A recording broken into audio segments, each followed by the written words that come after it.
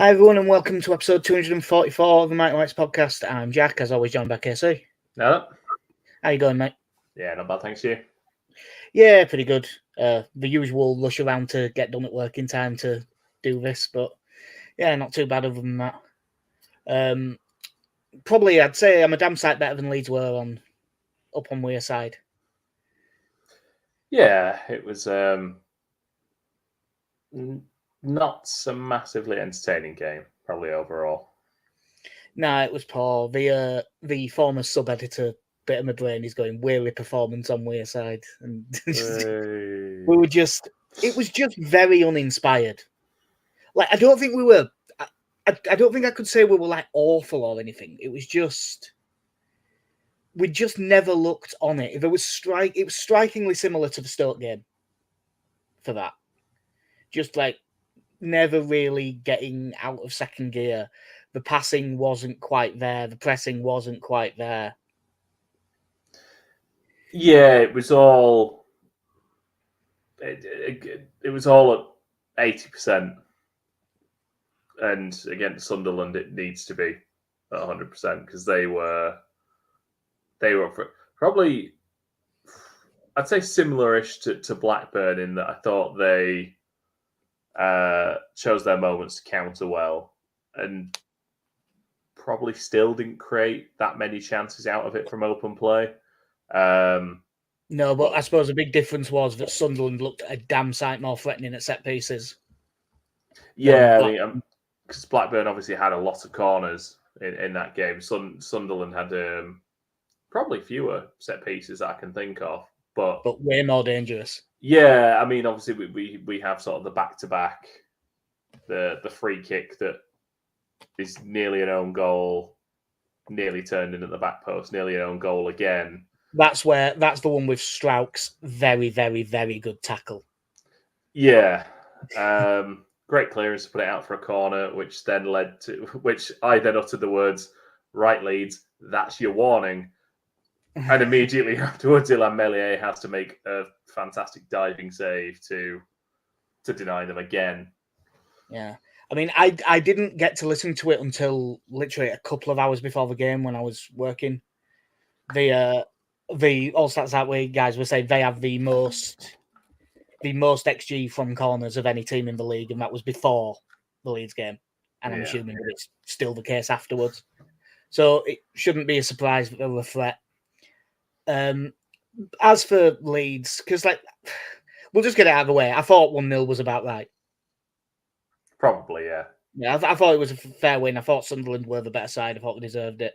Well, our shot that most troubled the goalkeeper, I will probably put it, was the free kick in the 9th minute or so, whatever it was. Yeah, there's two really decent. There's the Somerville effort from that free kick, which was a really good free kick, try to curl it into far corner from what is really more of a crossing position. And then the one that gets cleared off the line in the last minute from Joe Perot. Yeah. Those are like the two. And we just didn't really create. We'll start with the front four. Of the starting front four, I thought Somerville was the best of them by a distance. And I don't think he was, anywhere near his best. No, and he was getting visibly frustrated as the game wore on as well. And I think if you looked at anyone out that front four, if there was someone who was going to drag us to get something from that game, it was probably going to be him. Probably. And to be fair to him, I thought Nonto, when he came on, did quite well. Yeah, you'd said that during the game, probably with about 15, 20 minutes left, that we weren't beating a man, and it was quite nice to have Nonto come on and was taking on. At least try to. Yeah. And quite often succeeding in at least getting past the fullback and putting a ball in, and yeah, it didn't always result in something, but a lot of our goals tend to come from someone cutting inside, so it's quite nice to see him stick to, I'm going to nutmeg the fullback and I'm going to whip a cross in.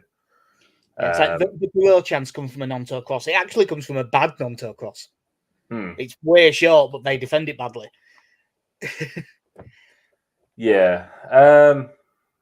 So yeah, it was quite nice to see that, and it offered something a little bit different. I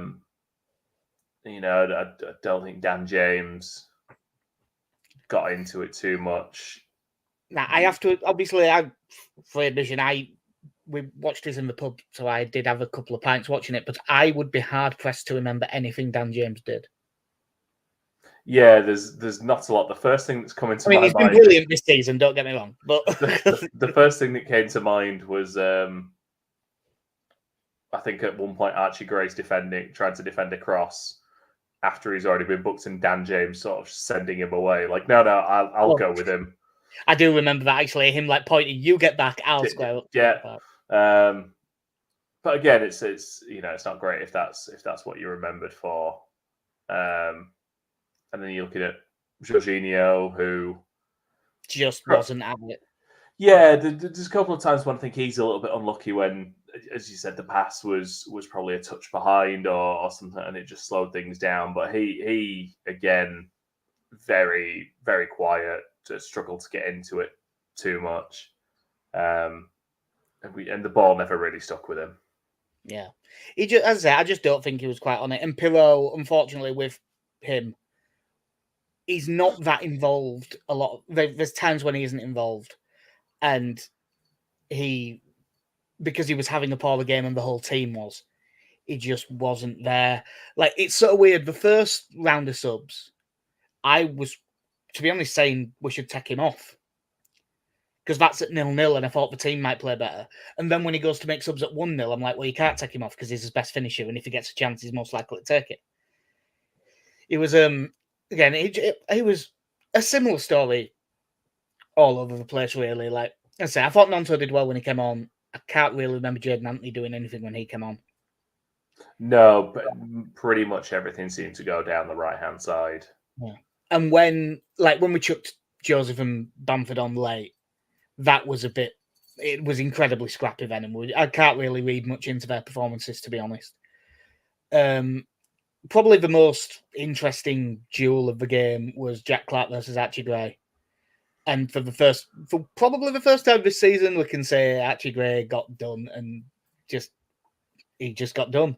Yeah, and there's no shame in it against Jack Clarke, who is having an absolutely fantastic season. You can tell I saw it coming because the first thing that I backed was Archie Gray to get booked in this game once I saw that he was definitely going to be against Clarke. The problem was I messed up because I doubled it with Huggins, thinking he'd be on the right against Somerville, and then he played on the left. Yeah, the tackle from Archie Gray, as soon as he made it, you went, he's not getting away with this one. No, it was a blatant yellow. But Jack Clarke just had the beating of him. I thought after the yellow, he stood up to it a bit better. And in the second half, I thought we dealt with Clarke a lot better just as a team. But no, Jack Clarke is a very good player. I mean, you looked at the numbers for the second half, and I think we were something like 64% possession or around that. It was just a case of it was all in the defensive and middle third. Yeah, just in front of them. They were letting us pass all around, but with no penetration. No, it's something we've struggled with a couple of times this season, and at times you kind of have to put your hand up and say, it's a good job from Sunderland. They defended well when they needed to. The counter attack for the goal, which there is faults on our end, but when they had the chance to break, they really broke. Yeah. They did the job that they absolutely needed to do, and then after that, they got the numbers back. Yeah, well, I think it bodes well for Mike Dodds, who you've got to think is in with a good shot getting the job permanently, beat West Brom, then beat Leeds. But good old Dodsy. Well, they haven't really switched formation much this season, and he switched them into a 3 and changed them around and put Huggins on the other side. They made a concerted change to the way that they were playing in order to deal with us, and it worked. It worked very well, I thought. I think obviously we've talked about Gray on one side. He just got done. What did you reckon to Spence as a left back? I thought it was fine. Nothing. Again, he got forward a couple of times. Sorry if you can hear my cat going mental in the background, by the way. I think one of the problems for someone like Spence is possibly being partnered with Somerville, who is less likely to look at the man making the overlapping run, and instead he's going to try and make his own way inside. So there's probably a couple of times when he makes the run and doesn't get the ball. But, again, they seem to target Archie Gray more with Jack Clark, especially in the first half. There's the same with a few of them, I suppose. There's not a lot I think I could say particularly poorly. Yeah. I thought he had some really nice moments in the first half going forward. A couple of nice little bits of skill. Second half was a bit quieter, but I thought he did pretty well. Because I'm assuming that it'll be the same fullbacks against Coventry because we haven't really got anyone else. Yeah. In midfield, Ampadu fine, but I thought Kamara was a little bit off it again. Yeah, you maybe. I'd be tempted to give him a game off against Coventry because he does run his ass off every game, and I think he might just be a little bit tired. If we had the fullback options, I wouldn't mind seeing us go back to Gray and Ampadu for a game or two. But because I can't really see him playing Ampadu and Gruev. I mean, he could, but I doubt it. If he was to move Gray into midfield, it'd have to be Ayling and Spence, and I can't see him playing Luke Ayling. No, that's the thing. I'm just if you're bringing Kamara out of this team, I'm not entirely sure who he puts in. Yeah, such as if he was anywhere near fit enough, it could be Shackleton, but it doesn't sound like he will be. I mean, obviously, we haven't had unless I've missed something, we haven't had the press conference today. I have been at work, so I haven't actually checked. Because normally it would be the Thursday, wouldn't it? Yeah. But yeah, I never actually checked, which normally I would have time to, but I didn't. The only other thing really to talk about then is the centre-backs. I thought Roden was fine, but I thought Strauch had a really good game. He was probably, if I was picking a Leeds man at match, I think I'd have gone with Strauch. Yeah, he. I think again, very astute performance from him. I think his reading of the game was really good. I think he started to see a bit of frustration out of Joe Roden towards the end of the game, and I don't know if it was him panicking a bit, trying to get the ball upfield quicker. Well, but he played a couple of really poor passes at the end. You could tell he was a bit. Yeah. So I suppose we've done quite well ready to talk this far into it, and we've not actually discussed the goal. Well, it's because I've done that sort of on purpose because the last one for me to talk about is Illan Meslier. Now, I thought Illan Meslier had a really good game. Like, he made a couple of good saves, especially that header from the corner. That's a great save. But there's on the goal, my immediate reaction. Before Bellingham even heads the ball, I shouted at the screen, Meslier, get off your fucking line. And having watched it back, I'm not 100% sure whether I'm right or not, but I still look at it and think he's very slow to react on that goal. Also, Archie Gray is 4 yards behind the rest of the defensive line.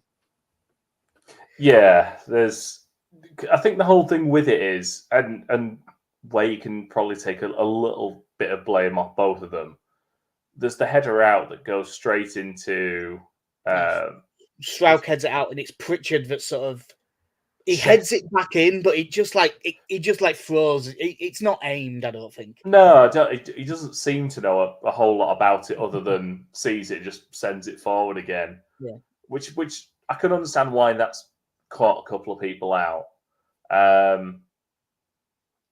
Meslier probably has to be. If you're being generous, you're saying he's been caught flat-footed. Again, Archie Gray is very poorly positioned.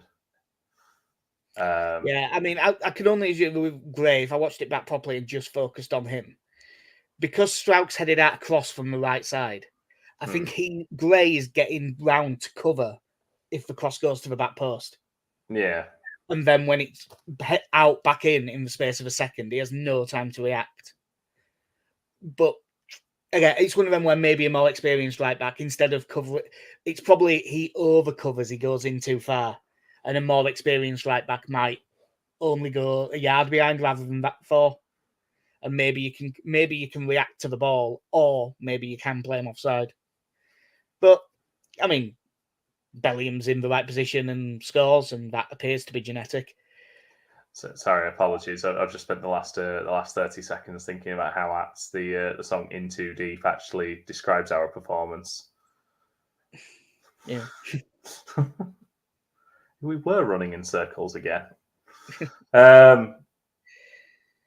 Yeah, like it's one of those things where the goal is preventable, but on the balance, you'd probably say they deserved it. Like, it's a frustrating way to lose a game, but with the way the performances went, it's probably fair. Yeah, I had no complaints about the result. I really do think 1-0 was about right. I think they created enough to deserve a goal, and I don't think we did. But you know, it's a long season. You're gonna lose games.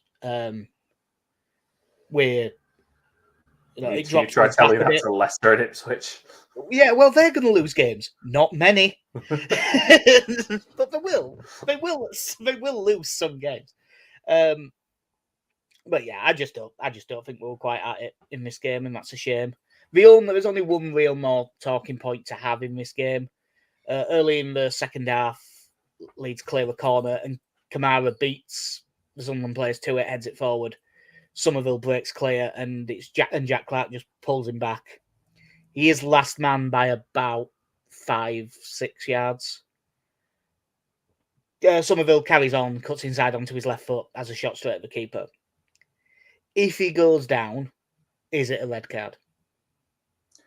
I probably stand by my point that I said on the night, that I think it's a touch too high up the field for it to be a red. Like, I know Somerville's got the pace, but to me, it just felt like it to send someone off where I'd have to look back at it. It feels like the pull happened sort of level with the edge of the centre circle. I'll tell you what, I've watched it back literally just before we got on here.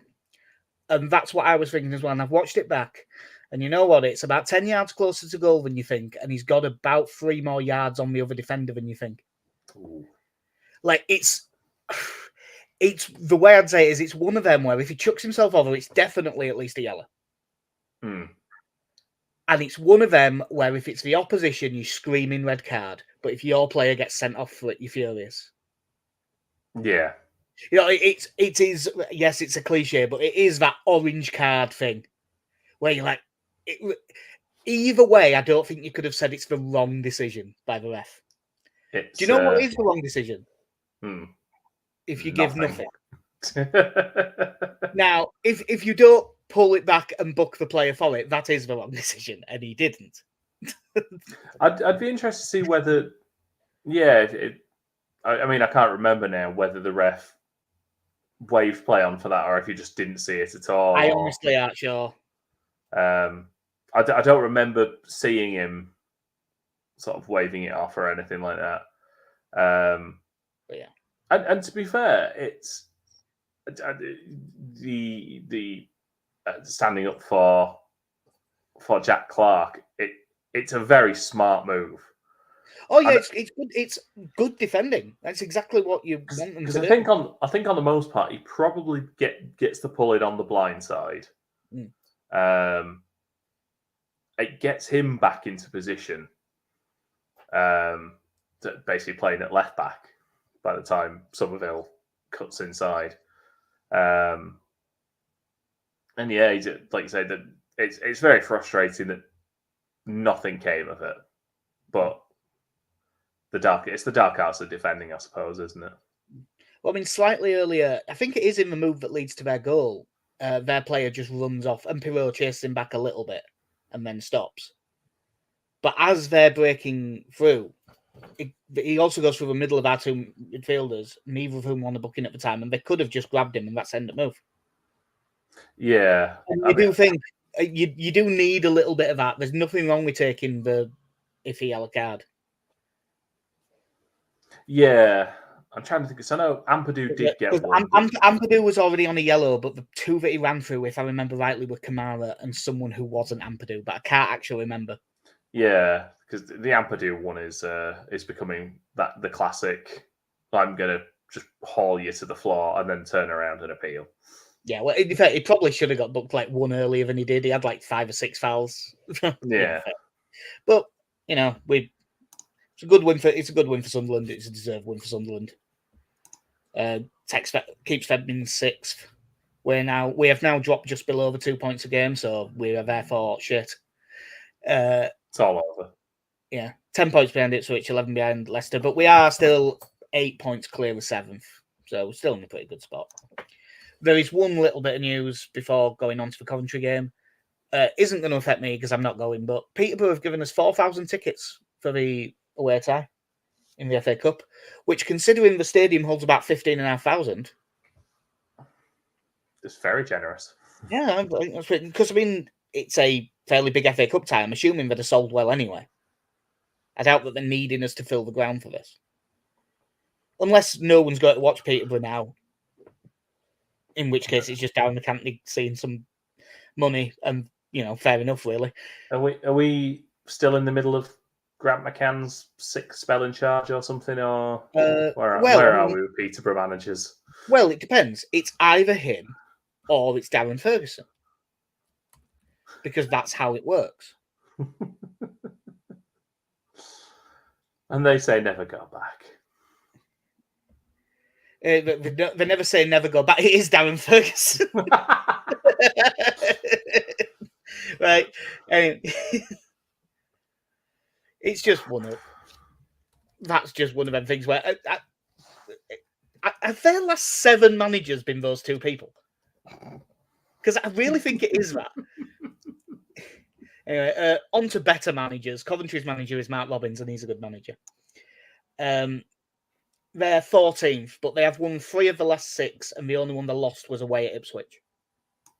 Which is, that's pretty decent going. Like the drew with Stoke, won 3-0 at Millwall, beat Plymouth, lost to Ipswich, beat Birmingham 2-0, and then got a very good 1-1 draw against Southampton last night. I was looking through their squad just briefly. Don't know much about the keepers. Jake Bidwell at left back has been a good Championship left back for a long time. And alongside him playing left centre back is a player that was a little bit unlucky at Leeds and never really got a shot, but Liam Kitching. Yeah, sorry, I accidentally clicked on their website instead of Wikipedia, and it opened up, and I was like, God, their player's very young. Oh, it's the mascot package. Never mind. Right. I was like, God, he's playing all the kids. Yeah, but no, Liam Kitching's a good player. Obviously, he got let go by Leeds, but he went. Did he go like Harrogate in the National League and then up to Forest Green and then up to Barnsley? Yeah. Now here, he's basically done well at every level he's got and worked his way back. But people did rate him while he was at Leeds. I didn't see enough to really know, but he's clearly done well for himself. I have no idea if the right back Milan Van Uwijk is any good, but his name's Milan Van Uwijk, so he should be. Jamie Allen and Ben Sheaf will be midfield 2, you would have thought.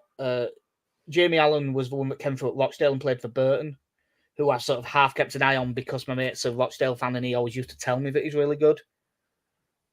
So it just sort of goes in a little bit. And Ben Sheaf was the one that was at Arsenal when he was young. And he's basically been ever present for him for like 3 years now at this point. Yeah. He's a good player. But the strength, looking just at a glance at the squad, is the forward options. They normally play 4-2-3-1, but they played with a 2 against Southampton. And basically, for those like forward, the wide and forward slots, you've got Matt Godden, who scored a few, Ellis Sims, who they paid like 8 million to get from Everton. And he's good. Like Callum O'Hare's good, and Hadji Wright, the USA forward, who scored at the last World Cup. If I remember rightly, Hadji Wright's a right big bastard, isn't he? He's 193 centimeters. Wow, amazing that you knew off the top of your head. You didn't Google it. It wasn't on Coventry's website at all. Very detailed is Coventry's website actually for player profiles. Keep up the good work, lads. But yeah, like they've got plenty of good players. They've got like ones that I didn't mention because they're probably not going to start based on recency. But Casey Palmer's a good midfielder. They've got Jay Da Silva as well. It looks like a squad that I think could probably do a touch better than 14th by the end of the season. Yeah, I mean, obviously they kind of struggled with having their best season in. I don't think it's unfair to say decades. Yeah, because it's at least 2, and then they've lost some of their best players. Yeah, they did lose a few. The only other one that's probably worth mentioning, I didn't actually realise they'd signed him off Swansea in the summer. That Joel Latibodia that came through at Man City. Played for England all the way up, but he plays for Jamaica now. He's quite a good player as well. But no, they're not as strong as they were last season.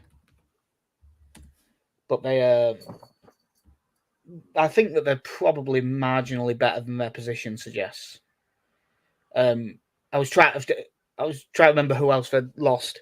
It is only the 2 really, but they're the 2 biggest ones out there because Gustavo Harmer went to Sheffield United and Victor Gyökeres went to Sporting Lisbon. Yeah.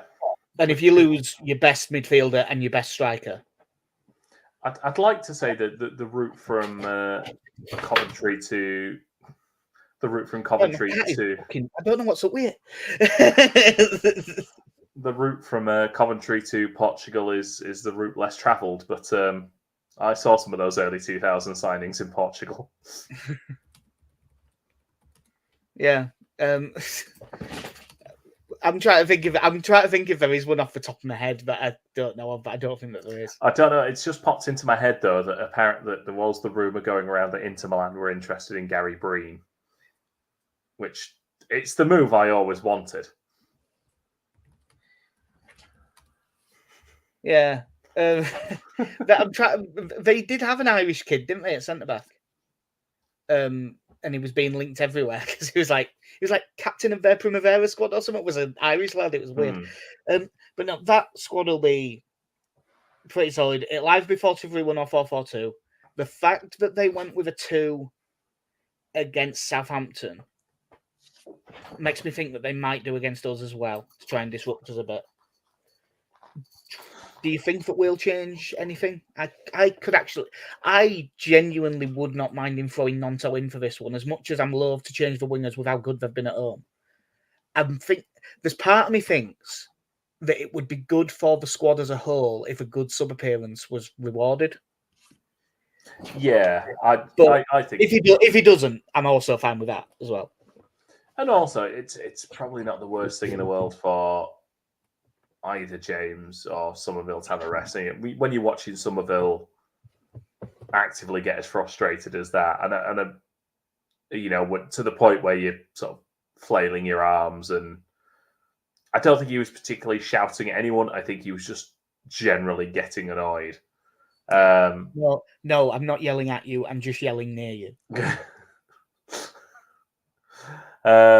He just maybe, yeah. If one of them 2 sits out and Nonto comes in, I don't think it would be the worst thing. We've not really changed out of the formation, have we? Not other than mid-game. We did it in the game against Sunderland, where we go to that 3 with Archie Gray at right centre back and basically put as wingers at wing back and have 2 up front and just go for it. We haven't had anything. Jesus Christ, Cat. Yeah. Other than that, I don't really know I can't see it being anything like that as a change. No, I'll tell you what I could see, actually, given the performances in the last game. I could see, if Nonto comes in, it being for Pirou and Somerville plays 10. I still don't think he'll do that. I think he'll stick with it. No, I mean, I think realistically, the only changes you can make are to the front four. We've said earlier, I'd be very surprised if he plays Gruev and Ampadu in midfield together. He's not going to bring Liam Cooper in. We don't have any fullbacks to bring in apart from Luke Ayling, and he's not going to start having been struggling to make the bench over the last few weeks. Yeah. So if there is anyone coming in, you're probably looking at Anthony, Nonto, Bamford. Yeah. Probably, and I'm not saying all three will. I'd still be surprised if Bamford started. Yeah. No, I mean, if it was, what do you bet it will be? I would say unchanged. Yeah, I wouldn't mind, to be honest. With the way Jorginho's been playing recently, and I know he still came away with an assist in the Blackburn game, but I mean, had a couple of quiet games where he's probably himself. He had a few knocks as well over the last few games. Yeah, it might be good. It might not be the worst thing in the world to have Bamford on for an hour. It might not be, but as someone who's going to the game and is my favourite player to watch, maybe in the world, can we just play him so I'm entertained? If Pat scores and just stares up at you, are you not entertained? Yeah, but I'd be more entertained if Rutter was there as well. Should go, all right, posh boy. Come on. Yeah. It's going to be a toughish one again. I have had things in Connie's 2-0 win, Alex's 3-1 win. We have now messed one up, so I am now free to go for wins again, and I think we're going to win this. And in fact, they will score, so I'm going to say 3-1 Leeds. I'm going to go for the bet. You were very briefly considering that, and I'm going to go 3-0 Leeds. That is, exactly what I was going to say. And then I thought about their forwards, and even though we are much better defensively this year, I thought, no, actually, I do fancy him to get one. Like, they've not scored a lot of goals, but my God, they're big. Yeah. Probably from a corner. Had you right from a corner sounds about right, doesn't it? In fact, or Liam Kitchen. Kyle McFadzean. Well, he is there. Yeah. I didn't mention him because he's about 50. But he is tall. Well, he's got the same average age as Middlesbrough's backline, the famously old defence that they have. But no, it's a game that we should win. Like, I don't know exactly how short a price will be, but it'll be. I bet we're like 2-5 or something. Like, we'll be plenty short enough for this game. Probably too short for us to be worth backing. As I just went on there, I think Union Sangalwar are beating Liverpool, which is weird. Let's have a look. 1-2. So the Sunderland result has scared him a bit. They're a little bit less bullish on us than they have been recently. But yeah, it's a game that if we play sort of, if we're 90% there, we should win this game. Yeah, I think so. So, was the last game, Blackburn game, I picked out which players I thought would be most effective, and I was really right against Sunderland. I went for Pirou, which couldn't have been much more wrong. So I'm just looking through theirs now. How old is Jake Bidwell now? Because his legs won't be anywhere near where they were. So I would probably look at that and say Dan James versus Bidwell will lead to several chances. Some of them for James, some of them for others. But I think that's where we're going to get in this game. Yeah. I mean, and again, if it was Nonto, I'd still probably same thing. Yeah. just not quite as fast. Yeah. That's it. I think if Nonto does come in, I think it's him on the left, Somerville 10, James Wright anyway. So that's what I'd go for. I could go for that. Yeah. Well, that will do us for episode 244. I don't know which day we'll be back next week. Probably Tuesday, but can't be sure. But that will do us. So I've been Jack. See ya. I mean, Casey, have a good one.